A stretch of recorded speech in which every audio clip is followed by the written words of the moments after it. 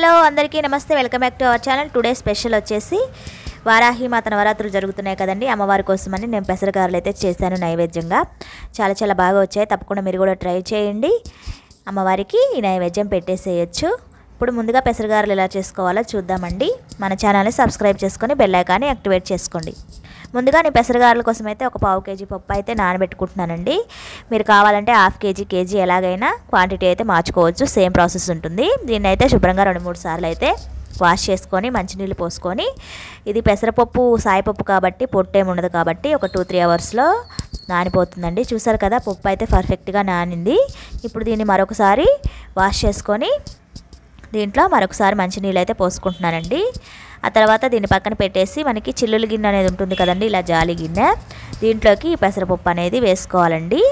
నేను కింద ఒక గిన్నె పెట్టేసి ఈ చిల్లు గిన్నెలో ఈ పెసరపప్పు అయితే వేసాను. అప్పుడు అందులో ఉన్న వాటర్ అంతా డ్రైన్ అయిపోయి పప్పు అనేది పట్టుకునేటప్పుడు మిక్సీలో జావ కాకుండా ఉంటుందన్నమాట.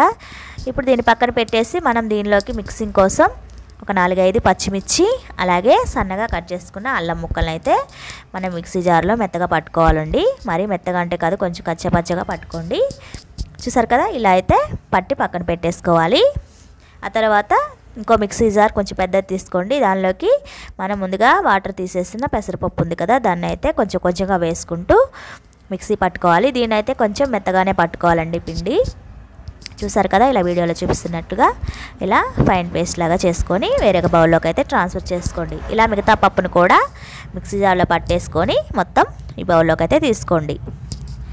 ఆ తర్వాత దీనిలోకి మనం ముందుగా మిక్సీ పట్టుకున్న అల్లం పచ్చిమిర్చి పేస్ట్ ఉంది కదా, అది వేసుకోవాలి. ఆ తర్వాత సన్నగా కట్ చేసుకున్న కొత్తిమీర, కరివేపాకు, అలాగే 1 స్పూన్ జీలకర్ర, ఆ తర్వాత రుచికి సరిపడా సాల్టు, వీటన్నిటిని వేసుకొని ఒకసారి మిక్స్ చేసుకోండి.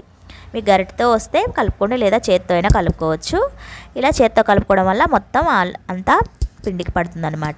దీన్ని కలుపుకున్న తర్వాత నేనైతే కొంచెం పప్పులు అయితే పక్కన పెట్టుకున్నానండి. ఇలా అక్కడక్కడ తగులుతుంటే క్రిస్పీగా బాగుంటాయని కొద్దిగా పప్పు అయితే పైనుంచి కలుపుకుంటున్నాను.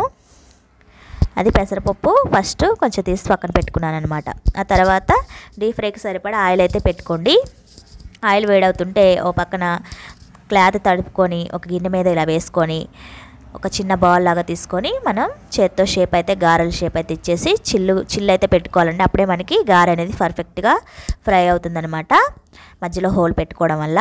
ఇలా మనకి కడాయిలో ఎన్ని అయితే పడతాయో అన్ని వేసుకొని మంచి గోల్డెన్ బ్రౌన్ కలర్ వచ్చే వరకు ఈ గారెలను అయితే వేయించుకోవాలి. చూసారు కదా, మంచి కలర్ అయితే వచ్చిందండి. ఇప్పుడు మనం వీటిని ఆయిల్లోంచి బయటికి తీసేసి వేరే బౌల్లోకి ట్రాన్స్ఫర్ చేసుకోవాలి. ఇలా అంతేనండి, ఎంతో సింపుల్గా మనం ఎన్ని గారెలు కావాలంటే అన్నీ ఇలా క్లాత్ మీద వేసుకొని ఆయిల్లో ఫ్రై చేసుకోవడమేనండి. చూసారు కదా, ఎంతో సింపుల్గా పెసరగారెలు అయితే అమ్మవారికి నైవేద్యం రెడీ అయిపోయింది. మరి వీడియో నచ్చిందా? నచ్చితే తప్పకుండా ఈ పెసరగారెలు ట్రై చేసి ఎలా వచ్చింది ఏంటనేది నాకు ఫీడ్బ్యాక్ ఇవ్వండి. మన ఛానల్ని సబ్స్క్రైబ్ చేసుకోవడం మాత్రం అస్సలు మర్చిపోకండి. బెల్ ఐకాన్ని యాక్టివేట్ చేసుకుని అప్పుడే నేను ఏ వీడియోస్ చేసినా మీకు వెంటనే నోటిఫికేషన్ అయితే వస్తుంది. ఈ వీడియోని మీ ఫ్రెండ్స్ అండ్ ఫ్యామిలీ రిలేటివ్స్ కూడా షేర్ చేయండి. మరి 3వ రోజు నైవేద్యంతో అమ్మవారిని నేను ఎలా పూజించుకున్నాను ఏంటనేది ఈ వీడియోలో చూసేద్దాం రండి.